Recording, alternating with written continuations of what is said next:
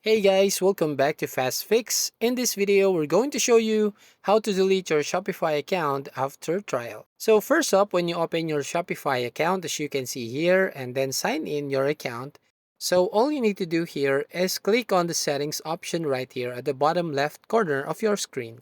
And then once you click this settings here, you will go on the next page. So as you can see here, you just click on this plan option. Now here you have two buttons. You can deactivate your trial or choose plan. So just click on this deactivate trial.